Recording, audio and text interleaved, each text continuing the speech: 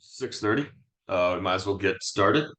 Um, just for everybody on the call, I'm Dan Beret. I'm the town planner for the town of Portland, and we were lucky enough to have through the RiverCog, AECom, do this wonderful project. So this is the first workshop presentation. So I'll turn it over to you, Jeffrey. Excellent. Well, thank you, Dan. We're very excited to be joining the town and our friends from Circa to be able to talk about Resilient Portland this evening. We have a lot of great information to share with you about some of the resilient strategies that we think can really benefit the heart of downtown. Before we get started with this evening's meeting, we'd love to go over a couple of logistics, some of the agenda items, as well as how we're going to participate this evening and make a few more introductions. So before we get started, we'd love to review some of the things that we're gonna do here on Zoom this evening. So if we go to the next slide, just a little bit of feedback for folks. We're gonna provide hopefully about a half an hour's worth of a presentation, hopefully arming everyone with a lot of information about the project area, what we're trying to achieve, some of the broader goals, et cetera. During the presentation, we asked that kind of hold some of the questions to the back end, and we can be able to have a lot of time for discussion at the back. What we'd like to do, depending on the audience size here, is kind of open it up for conversation. If we have a lot of participants this evening, we'll ask you to raise your hands, call on you to join the conversation. If you happen to be dialing in by phone in the Zoom platform, if you hit *9, you can raise your hand and *6 to unmute yourself. We'd love to have you join the conversation, whether you're on a link or whether you're on your phone as well. In order to accommodate what's hopefully going to be a great conversation at the end of this evening, try to limit your comments to about a minute or so. That way, we have plenty of time to have the discussion and so forth. And then our target is to end the meeting around 8 p.m. tonight. And also note that we're recording this meeting to be able to make it accessible locally as well. So with that, let's go on to the next slide. And we'll talk a little bit about the agenda for this evening. So Lorraine and team will go over kind of what the project overview is and what we're trying to achieve within the heart of downtown.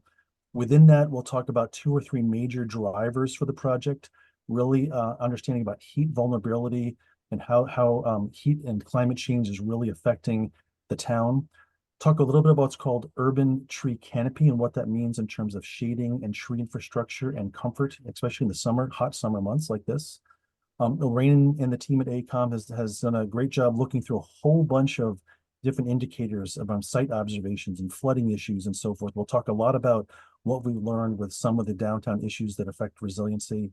And at the back end, we'd like to show you some best examples from other places where we've learned from other communities, almost like a toolkit, if you imagine, about potential strategies that can deal with some of the specific flooding issues and tree canopy issues. And again, after about a half an hour or so of the presentation, we'd love to open up to discussion, really to find out from you what's most important about the downtown and how collectively we can move forward with some really interesting strategies, not only to solve flooding and heat issues, but make the downtown and some of the beautification items better as well. So let's talk about who's here tonight, and we'll go on to some of the broader team that's involved. If you go to the next slide. Dan, would you like to introduce some of the town members that have been involved with us today? I'm currently, I believe, the only one on from the town, but First Selectman Ryan Curley, as you can see, has been involved. Margot Burns from RiverCog was instrumental in getting the town of Portland chosen and us able to do this project. Randall Halpin, our Public Works Director, has provided a lot of information on the drainage. As well as Sarah Elliott, Jennifer Billingsley on their facilities, being the senior center for Sarah, and Jennifer being the library director, and then as well as Scott Cunningham, the police department captain. So thank you for that, Dan. And Lorraine, as our project manager, would you like to introduce the full members of the team that are on from AECom? Absolutely. So I'm Lorraine Black. I'm a landscape architect and I'm the project manager for this project. Jeffrey Morrison Logan, who started the meeting, is our lead urban planner and also does community outreach. We also have tonight Catherine Ellenberg, who has done the design for and helped us with the stormwater management, and Ellie Peterson, who is a landscape designer and has been instrumental also in pulling all this information together.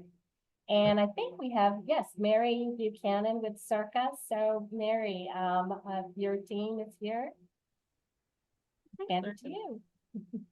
Hi, everyone. I'm Mary Buchanan. I'm one of the community resilience planners at Circa, which stands for the Connecticut Institute for Resilience and climate adaptation, and we are based at the Avery Point campus of UConn. And I also have on the call my colleague, Nicole Gobert. There is a third member of the team who couldn't be here tonight, but that's John Trzynski. He is the Director of Resilience Planning at Circa. Well, thank you for those introductions. And I think, Mary, we're going to hand it off to you to talk maybe a little bit about the background about this project, and a little bit more about what Circa does and how you're involved with communities throughout the state. So Mary, hand it off to you. Absolutely. So I've already told you what the acronym stands for. It's a bit of a mouthful, but we are a research institute. So we are based at the Avery Point campus, and the director, Jim O'Donnell, does some teaching at UConn, but we also work primarily with a number of the Connecticut municipalities on climate resilience projects, and we work with the state agencies as well. So our mission in general is to increase the resilience and sustainability of communities vulnerable to the growing impacts of climate change. And we have a number of research focus areas that are listed there on the right, a number of which are particularly relevant to this Portland project. So the first three in particular, flooding. So we'll be talking about some stormwater flooding, as well as heat islands and heat effects, and the resilience of critical infrastructure. We also, I should mention probably number 4 as well, because green infrastructure will come into this as well as environmental justice. Next slide, please. So the Resilient Connecticut program is one way that Circa carries out its mission, and this is what brought us to this project today. So I'll just give you a bit of background on where this all came from. Resilient Connecticut started in Fairfield and New Haven counties specifically, starting in 2018, and that was using federal funding, and it had that geographic focus area because those counties were particularly impacted by Hurricane Sandy. We have since expanded the program to New London, Middlesex, Hartford, and Tolland counties, or the southeastern Connecticut, River Cog, and Capital Region Cog regions, using a combination of state funds and FEMA funding starting in 2021 through today. And the goal of all of this is to support the development of a statewide resilience project pipeline, and I'll talk more about that in a moment, and to increase the coordination across municipal, regional, and state planning, particularly planning for community climate resilience. So we have developed a number of data tools and mapping tools that we use in this planning, one of which is the Climate Change Vulnerability Index, or the CCVI, which there's a version for flood vulnerability and there's a version for heat vulnerability, and both are available online for anyone to use, not just in Portland. It covers the whole state, and it can be found on the Resilient Connecticut website. We also did some analysis with the zones of shared risk, which are neighborhoods or areas usually associated with flood zones, but sometimes areas that can be cut off by flooding or have limited access, as well as resilience opportunity areas. And that's the one that we're really going to be talking about tonight. Next slide, please.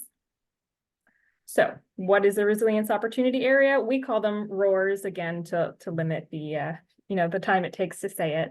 But basically, this is locations where something that's very important to the community is located overlapping with an area at risk from either flood vulnerability or heat vulnerability.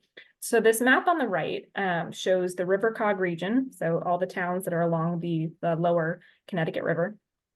And the red circles and ovals are where we have identified ROARs. And so we've done this through a combination of GIS computer mapping. GIS just stands for Geographic Information Systems, and it's software that you can use to do spatial analysis and overlay different things on top of each other geographically on the computer. And we also met with all of the municipalities in the region to discuss what are your climate concerns, what are your town priorities for adaptation and community resilience going forward. And then the ROARs we delineated based on where those things overlap. So where there's something that's important and it's vulnerable.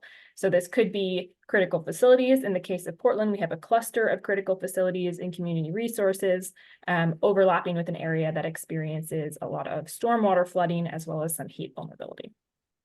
And then, so you see there's quite a number that we identified through the ROARs process, and a subset of those were selected to move on for an additional project, which is what we're doing tonight. Portland was one of those selected, and Circa funds this project to fund a consultant team to do a more focused study. Next slide, please. So I mentioned the state project pipeline earlier. Basically, there are a number of, when we have these meetings with the towns and we talk about what are the priorities for community resilience and where are they noticing challenges, the towns are very good at identifying what the needs are, right? They know which are the roads that are consistently flooding, where do the vulnerable populations live, who might be more susceptible to heat impacts, what the challenges are. The towns are great at that. What we're hearing is that a lot of times the gap comes from, you've already identified the problem, now you want to be able to apply for grant funding to help address it. A lot of times that's federal funding, particularly for projects that get to the, the category of infrastructure, they're larger construction projects. In order usually to apply for that type of funding, you often need a concept design already pretty laid out. If you're applying for a FEMA grant, you need a benefit cost analysis that's already complete as part of your application. And that's where a consultant team can be really helpful to do that study to set you up for a successful application. And a lot of times that's what the towns don't have the capacity to do. And so the Resilient Connecticut program is trying to move towns along the pipeline by funding a consultant team to do this middle part of the pipeline. So the challenges is identified. We're trying to set the towns up for success at achieving more funding down the line to help address the problem. So Portland's pretty close to the beginning of the pipeline, although not as close as this graphic implies because the project has been going on for a couple months now, and the other towns listed along this pipeline are all different stages that Circa has worked with in the past. The next slide, please.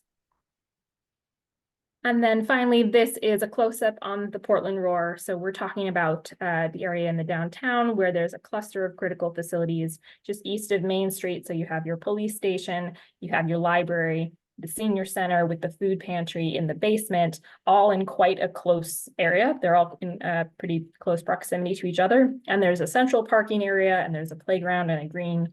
And there's a lot of vulnerability there to stormwater flooding.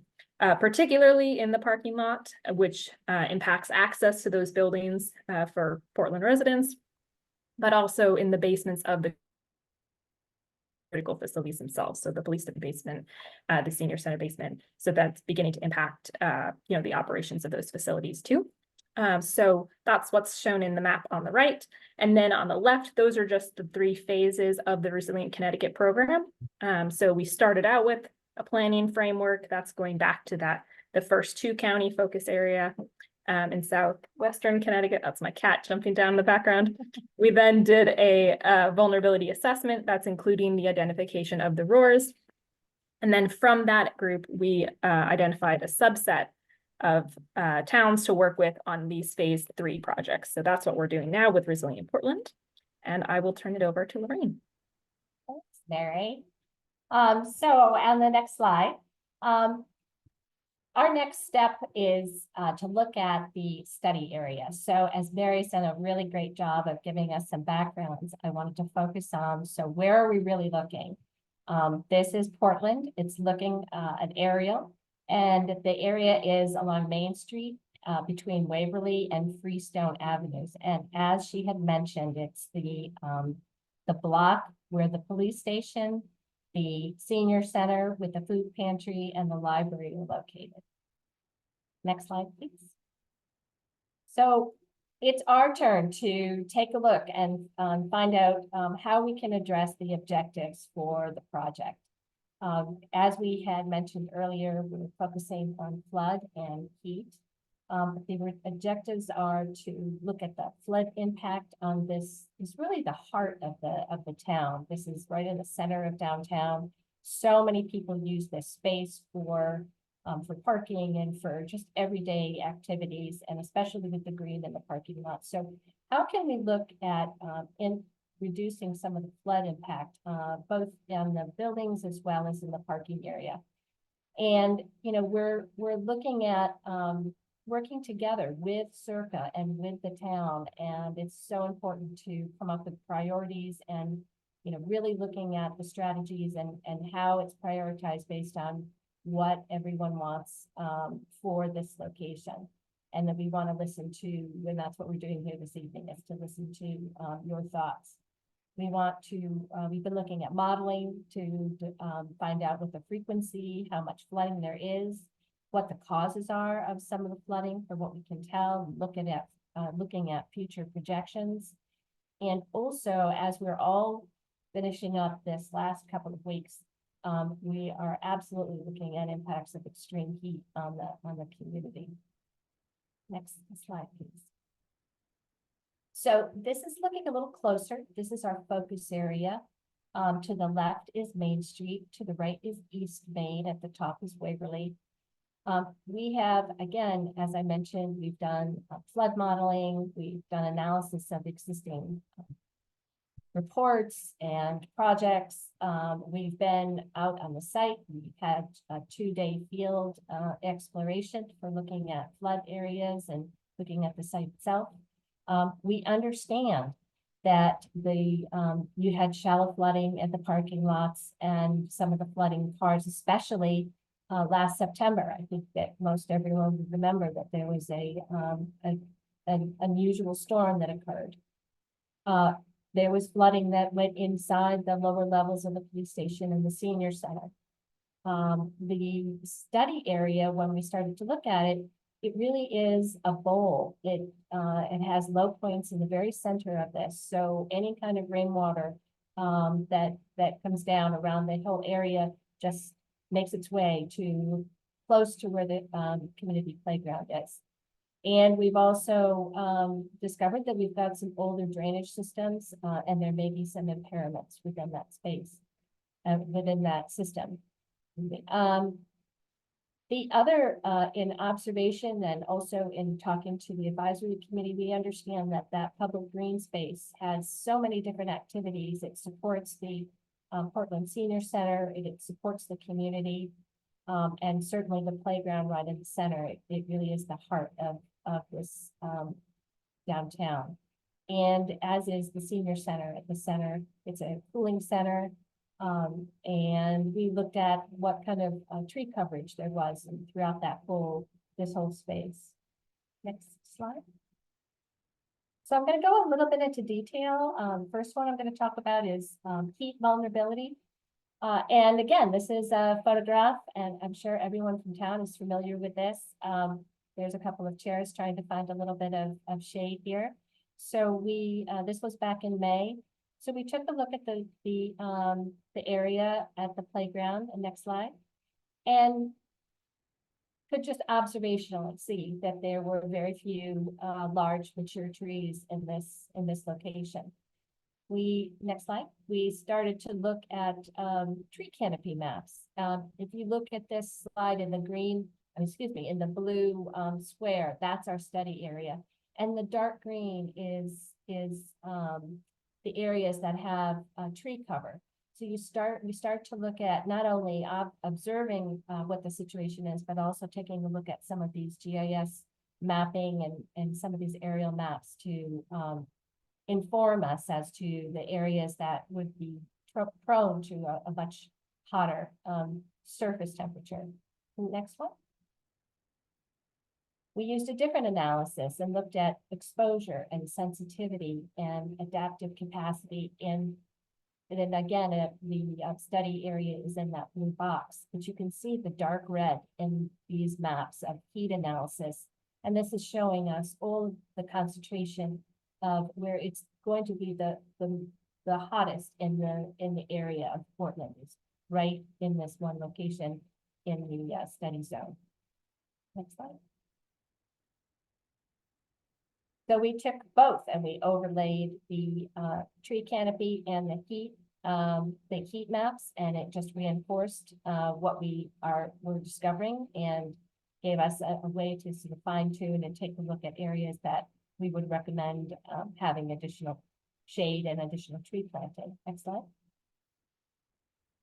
We also looked to see the transportation, public transportation context for our study site, to understand, a lot of people in the community may be taking the bus routes or coming in parking and want to go to the food shelter or go to the library, and we also wanted to take a look at what kind of public circulation facilities were within this designated hotter zone, and also see what the distances were. how long it would take you to walk from one end to the other. And this 3 to 5 minute walk from the closest bus stop to the site. Next slide, please.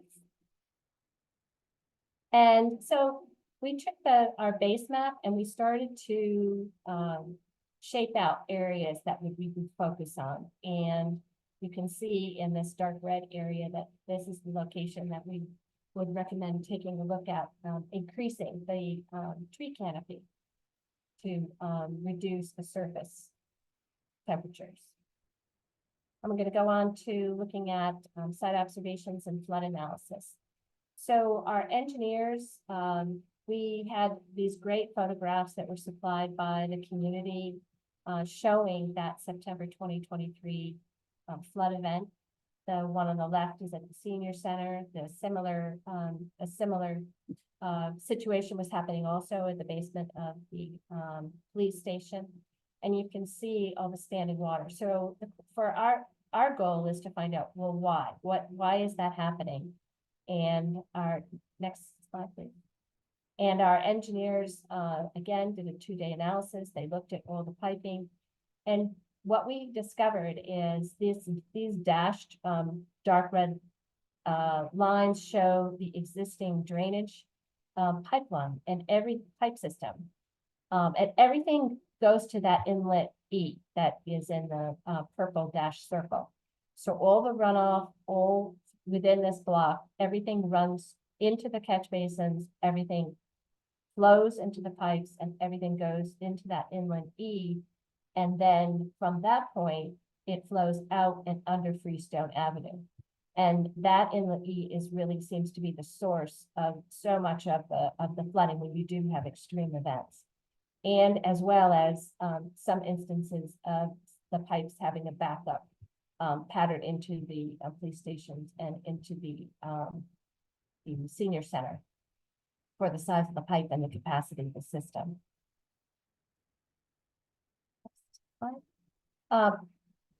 We did, Catherine and her team looked at all the different pipe sizes. They actually were on site. They got the measurements of where the inlets were, what the size of the pipes were, where everything was going, and pulled these notes together so we can start to really analyze and try to find out, what's happening, and then what's the cause, what's the problem, and then how do we address it. Next slide. And so we've sort of pulled this map all together using the base plan. Again, we talked about the fact that this was a bowl. And in that blue area, that's really the lowest point within this whole block. And so not only does the runoff sort of collect, but once the system is full of the drain water, it also sort of backs up. And so this is the concentration, and it really just confirms what I think everybody saw last September. We've got a couple of instances that I mentioned about the backup for the drainage. Inlet E, everything makes its way there. And it also looks like some of the outlet pipes that come from that inlet E south are undersized for the amount of stormwater flow that's going through and going into that area. Next slide, please.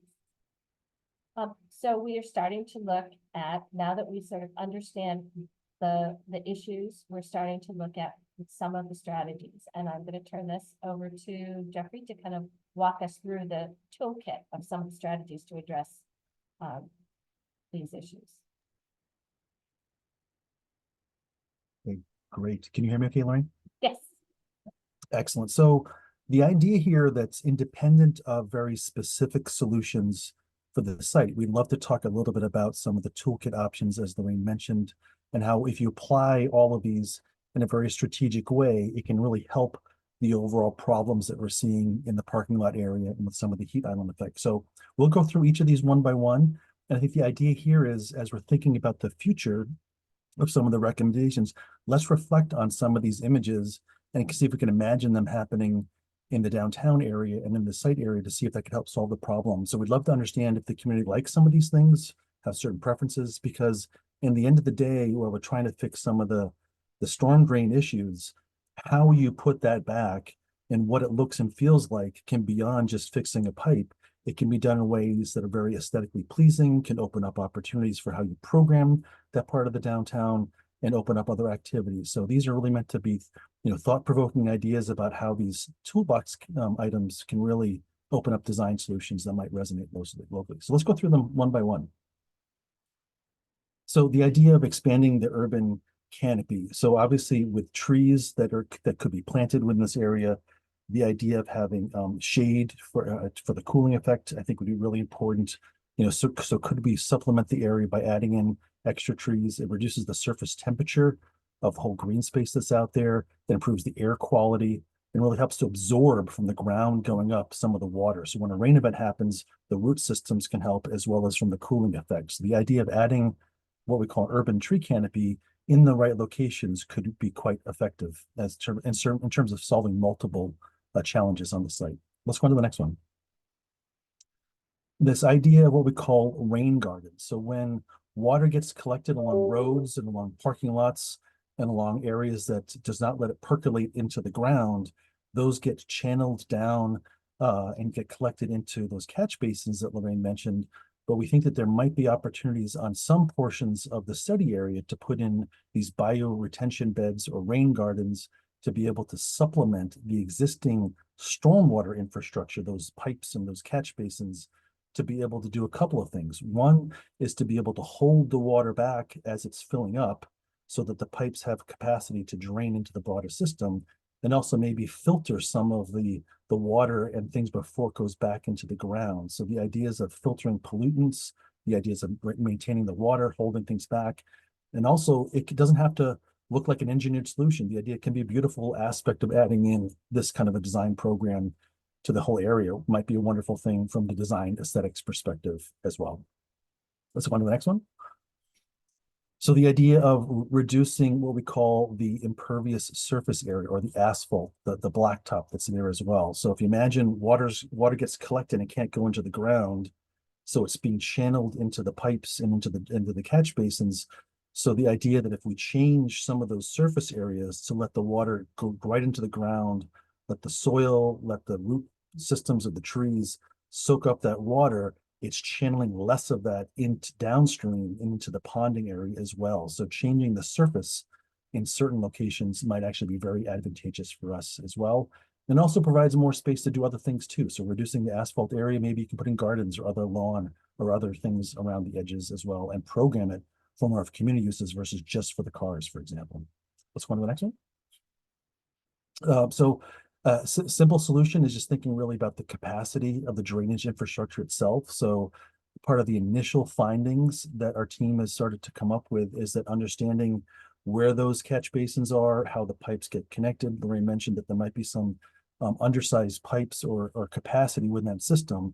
So let's go back and carefully look at the locations where we might increase some of the pipes, increase some of the capacity within that system to help solve that problem. And really try to locally get rid of some of those ponds and figure out how to really get the water to flow and maximize that water capacity within the system itself, so it's not limited. Let's go on to the next slide. And I think lastly here, the idea of whatever happens in terms of improving this area, frankly, we're living in a time where unfortunately the town of Portland is not too dissimilar from many others, where we're having much larger rain events and impacts through storm and climate change. So the idea that this might be part of a new normal where we have many of these types of events, and how do we deal with increasing our capacity to stop these problems? The idea of, it's one thing to do it, but maybe we can also educate the community about understanding why the systems that we just showed you and the problems can be overcome, and why things like maintenance and education and really making sure that these like rain gardens live and perform are going to be really important part of the future. So the idea of inviting the community in, telling the story, maybe having some signage that informs about it and offers the opportunity to educate about the dynamics of what's happening here, especially in the downtown center as part of your community public space.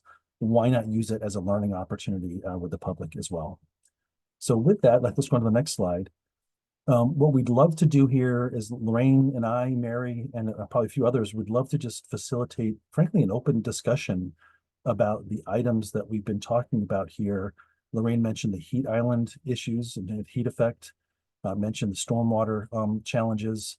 And we'd love to open up the remainder of our time between now and 8 o'clock to be able to talk about those issues and talk really, frankly, what does the town want to see happen in this area? That could be any of the things that we've talked about above, or maybe things that we haven't identified, so that beyond solving for like a specific water capacity issue, we're trying to make these enhancements that really bring this part of the downtown to life and perform better for the entire community. So with that, we'd love to open it up for Q&A. I think we have a small enough group that we can invite people to come off of mute and on video and join the conversation. So Mary, Dan, Lorraine, and myself will help facilitate that and go forward. So. And Jeffrey, I would just also add, if anyone wants to share about how they experience the space also, are there times that you're out there that you have a problem with, the flooding, or you don't have a place to put your chair down, or, do you use that green space? Do you think there might be some other ways to use the green space? We're really open to any kind of thoughts and sharing of experience for this area. A lot of people use it, so.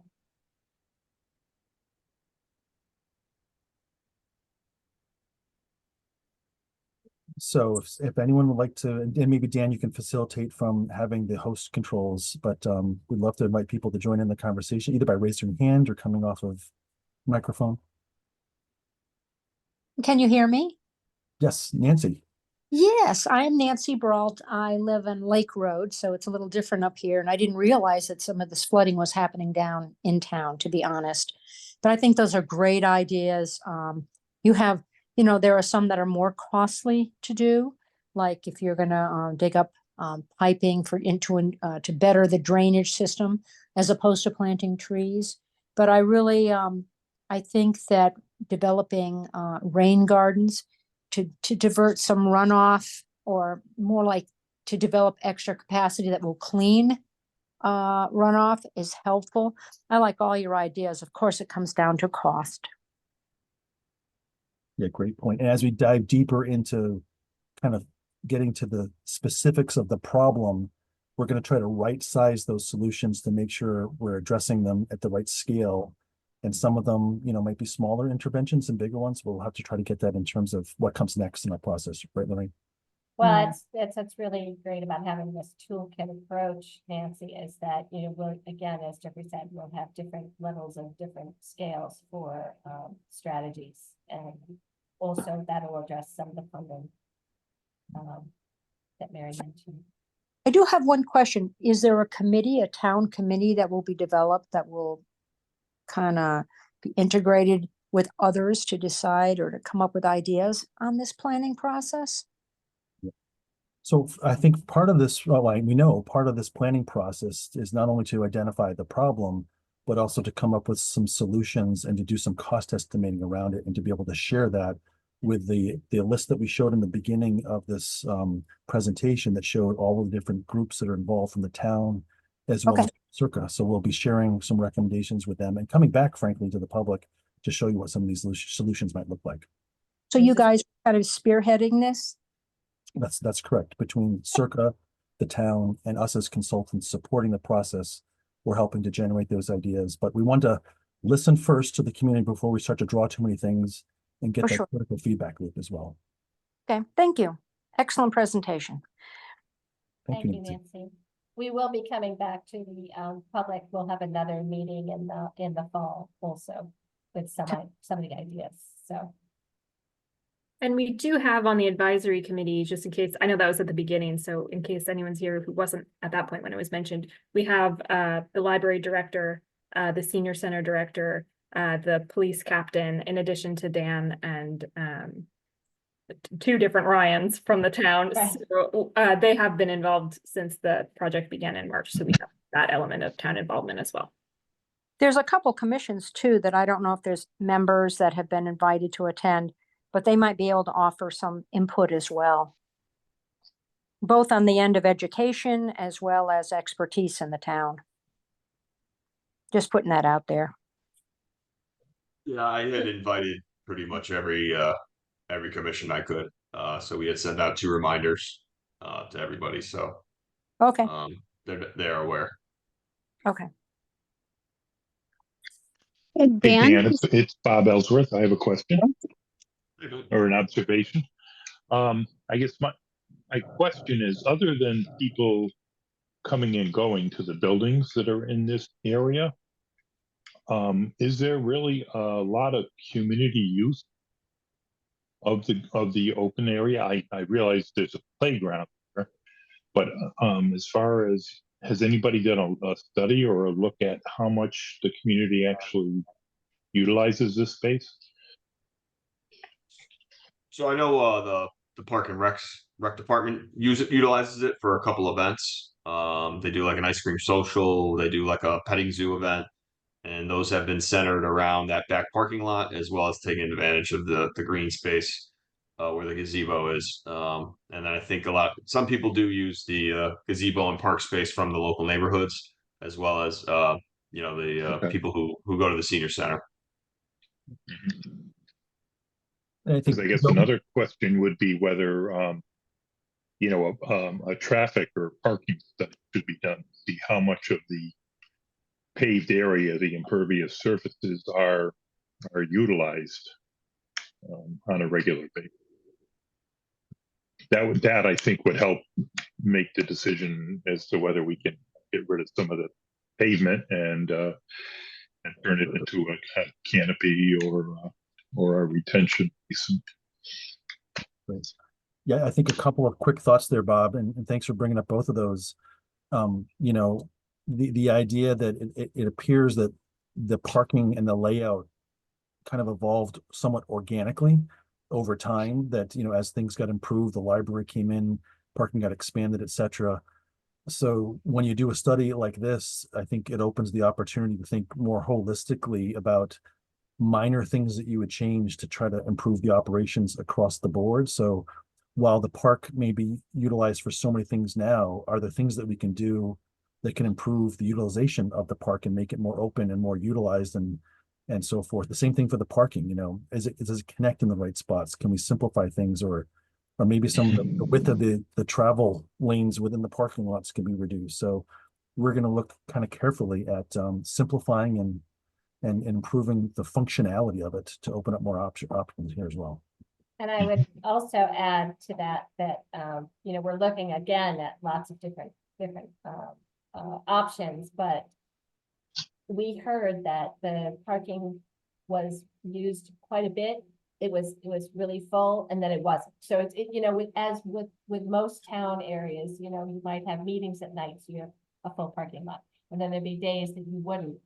And so that starts to let us start thinking about, well, if there are areas that are used daily for parking, could that be impervious asphalt? And could some areas that would be more overflow or not used as much, maybe on the periphery, could those possibly be changed when they're time to be changed to something that's more of a pervious pavement or something that would help absorb some of that water?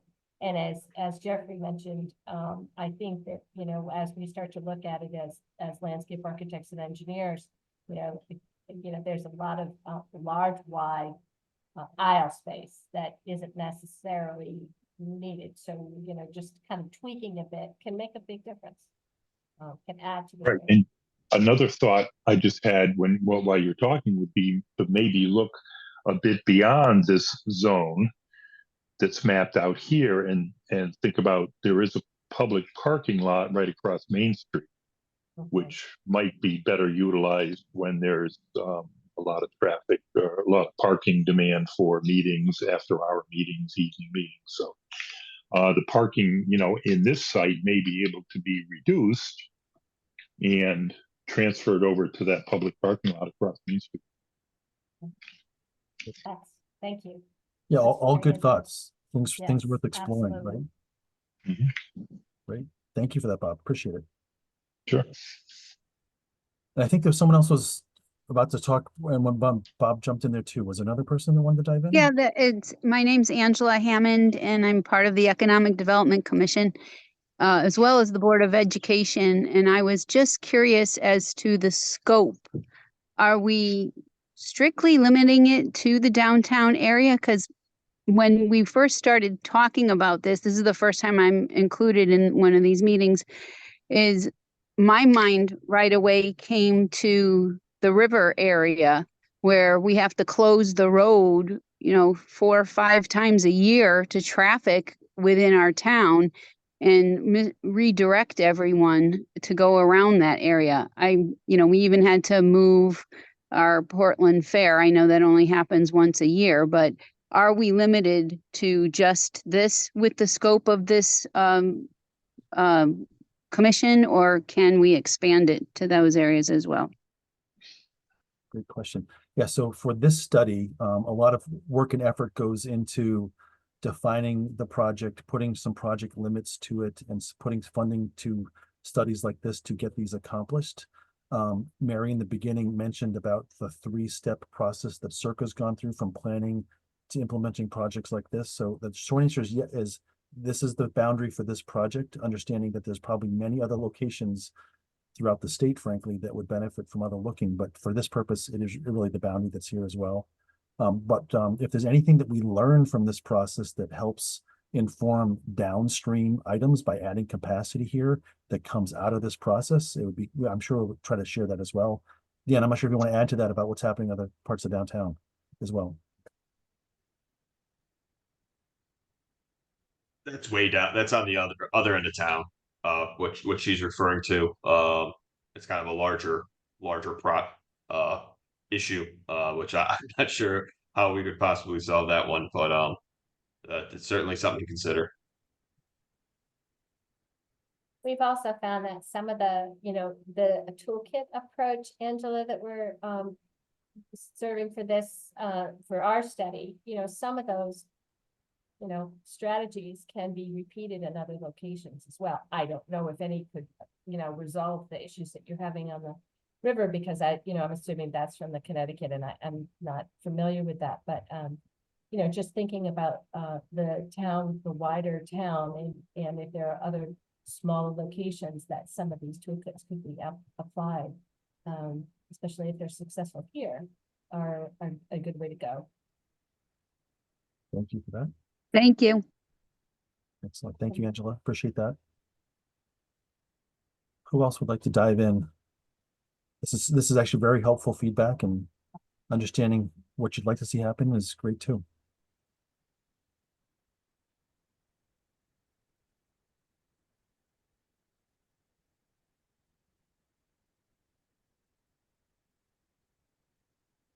Maybe, Lorraine, what we can do is, while we're giving people a little time to think about what's next, is maybe jump ahead to the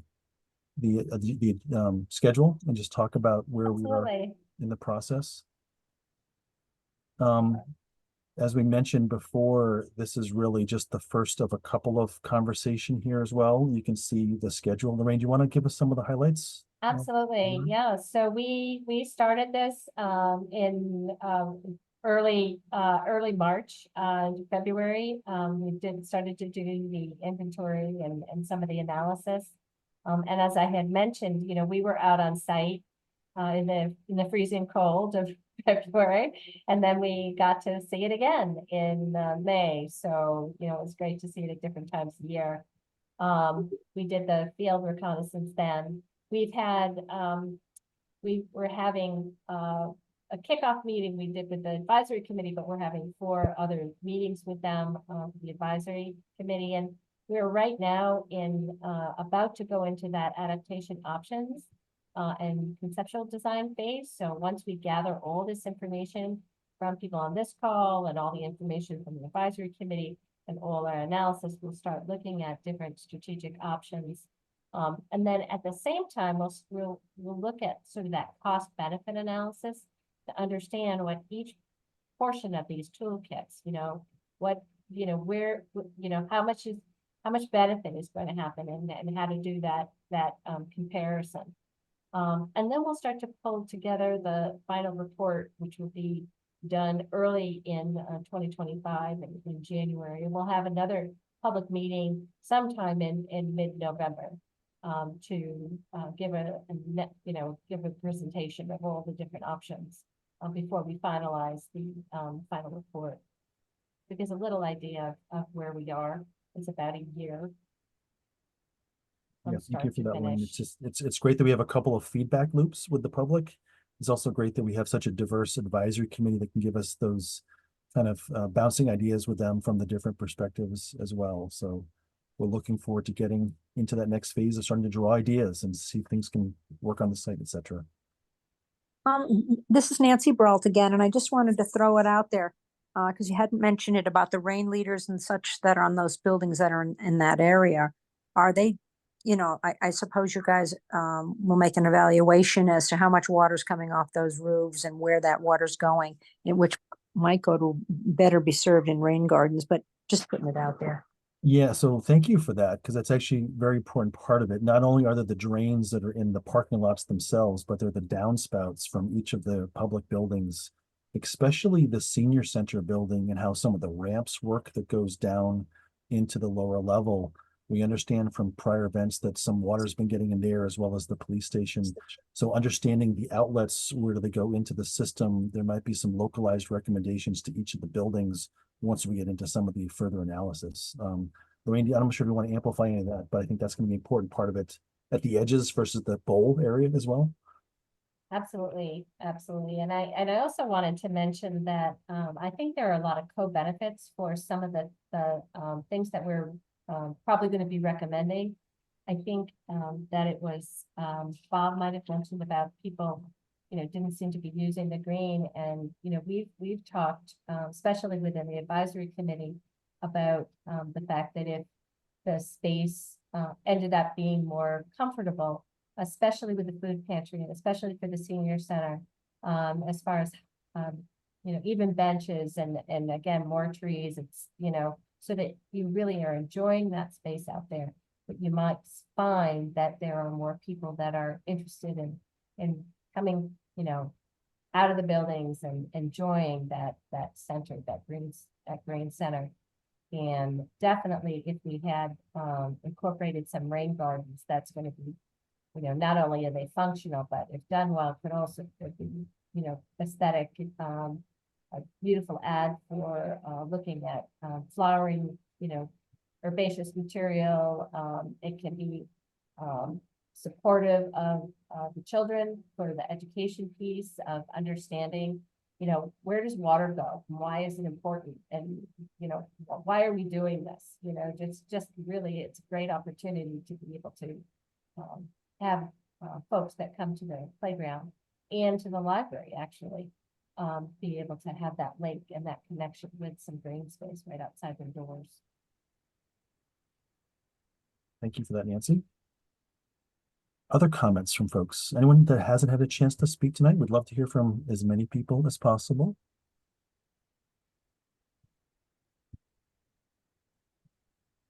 Maybe, again, giving folks a chance to get some thoughts. And Mary, maybe you want to talk about Portland in the context of the state. I think what's great about the Circa program is, there's many different communities trying to achieve different things from resilience perspective. But what's I think kind of exciting is that when these projects are done, there'll be a lot of lessons to be learned across different communities and those resources that will now be available.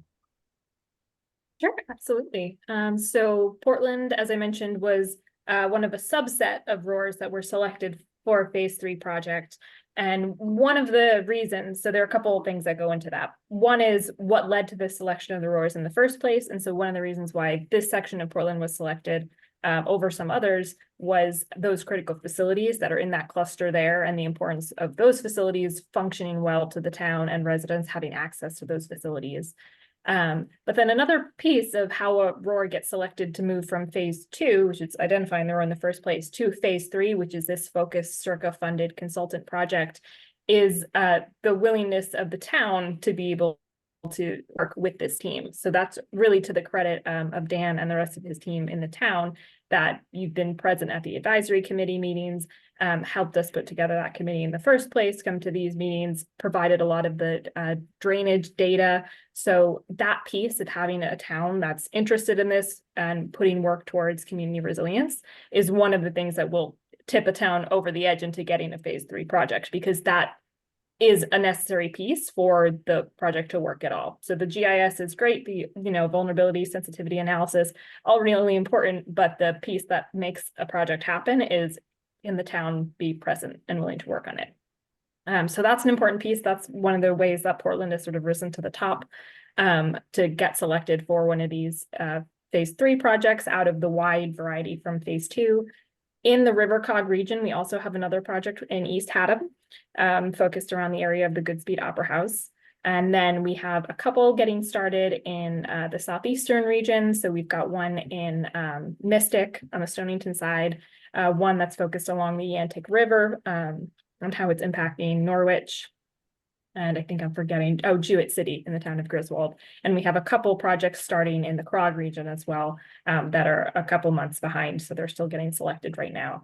But so this is a statewide effort. We're working in a number of regions across the state. But again, that local engagement piece is really critical because all the maps in the world, won't help you if it just gets put on a shelf. So it's to the credit of Portland that we're here.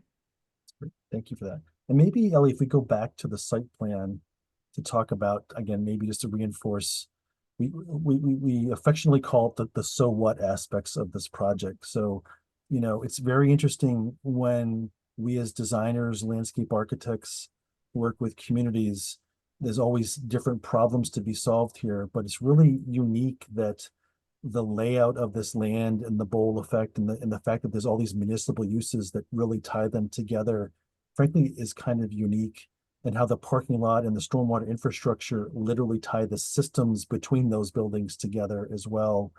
It's also unique that you can use a public part of these properties to be able to solve your own problem here. So the fact that it's all under public ownership means that your ability to go in and make change is somewhat unique here as well. So that's what gets us excited about the multi aspects of the project, what you're solving for, the ingredients that are going in as well. If we go, so this idea of fixing the bowl and what's in the bowl and that drainage problem is really going to be a big driver for how we do that, from the pipes to the rain gardens to maybe understanding some of the other things like trees and the roots and so forth. If we go to the next slide about the heat effect here, again, it's also interesting that there's the ability to maybe rethink some of the parking to make your open space perhaps bigger or stronger. And the idea that it's lacking from some of the shade and the heat effects there. So in the idea that maybe from a stormwater perspective and from a heat perspective and a shade and cooling perspective, those things can really start to work hand in hand and hopefully beautify that public space and make it more programmable. So we're kind of really excited about that as well. But maybe, Lorraine, if we could talk about maybe placemaking and use of the space for a few minutes, because there's so many things that could happen on the programming side here, from the gazebos, playgrounds, and all things other that we get excited about. Well, it's absolutely a lot of potential. I mean, I think that even the historic parcel off of Main Street that sort of evokes the history of Portland and its history with the quarries. When you start to look at how these pieces could sort of be connected. I mean, if that was connected to the green, was then connected to the community playground, that was then connected to the library, there's almost a story that starts to be told, and a real opportunity to kind of celebrate some of the history and make it almost like a connected thread between the Main Street all the way to the public library and back. And I think that, even though we're talking about flooding and pipes and, it's still, I mean, that sort of spurs us on to, all right, well, that's about moving shapes and moving activities around, and really, as you said, placemaking. So, I think that when we start to look at reducing some of the asphalt, or reducing some of the parking, or rearranging the parking, we're going to do that thinking about the opportunity for Dan and for, the planning department, for the town to end up with something that's not just functionally better, but is community better, is aesthetically better. It does more than just, take care of ponding. It really is a benefit. down the road for the future. Yeah, Cool. this is Bob again. I was thinking about what Lorraine was saying earlier, that if you have more shade and you make the site more comfortable, then people will come and use it more. And I got to thinking about surrounding towns and their greens that I can think of. And the one that jumps out at me is Glastonbury. They've got a Yeah. very nice green right off of their main street, and it's well shaded. It has benches, and I believe it has a bit of a water feature as well. And that seems to be quite frequently used. And the other one that comes to mind would be out in Colchester. I believe their town green is also well shaded, and I don't know if they have benches, water, but it kind of strikes me as being a well shaded, comfortable looking green. So I think there's a lot of merit to the thought that if you make it comfortable and attractive and functional, then people will probably be attracted to it. Mhm. Yeah, and again, I think that link to your history, I mean, just fascinating history, Portland, you know, with the quarries and I think it's a great story to be told and a good opportunity. So other comments before we close out for the evening too? This is great. And maybe Dan, if there's other comments that as this gets publicized on TV and YouTube, that I'm assuming comments can be directed towards your department, but the more feedback, the better on our end. Yeah, absolutely. Anything I hear, I will certainly pass along to you, and I will ask the advisory committee to review this as well, and then to provide some more feedback to you in time. Yeah, so last call for any other comments this evening? Again, we're really excited as a team to really try to be helpful as much as we can. So we're excited about that.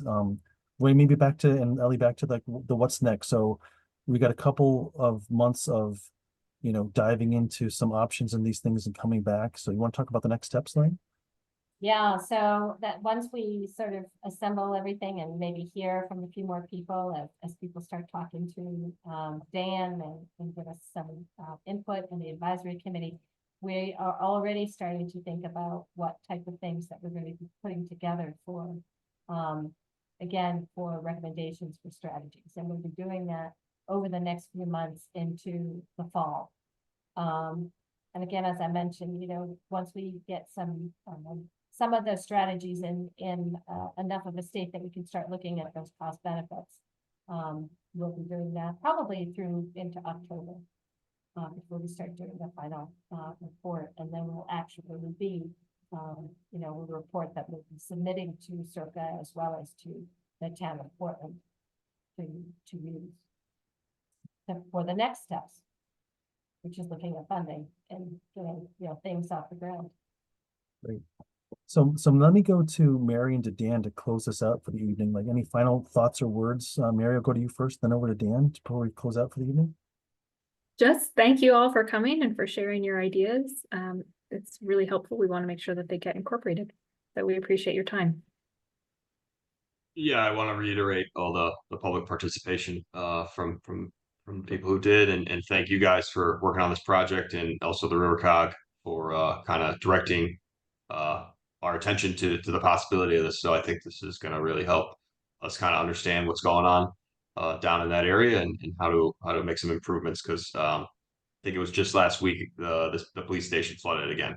And part of my day tomorrow is to go to the old town vault to pull more stuff out of there and rebin stuff out of boxes because of the threat of flooding in that facility as well, and things that are being destroyed. So this could have a real positive impact for us and our community.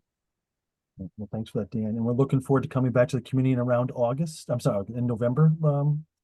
Lorraine's when we'll be back right before Thanksgiving, hopefully. That's what's on the schedule. Yep, Which will be great. absolutely. Excellent. Let us know next, you know, how things are going with the police department. We'll do. It wasn't too bad, but Oh, yeah, good. it got wet again. It wasn't quite the fountain out of the It floor wasn't that it can be, but Yeah. it certainly it required some cleanup and some. Yeah. I'm sorry to hear that. Okay. Yeah. All right. Well, good. Yes, thank you very, very much. I know, on your 6 o'clock or 6:30 on a Thursday evening, you should be spending time with us and helping us with this. Thank you very much. Great presentation. Thanks, Nancy. Well, if that's everything, thank you everybody for participating and thank you for the presentation and we'll see you in November. Great. Right. Thank you. Thanks, Dan. Thank you. Good night, Thanks. everyone. Great. Thank you. Good night. everyone. Have a great night.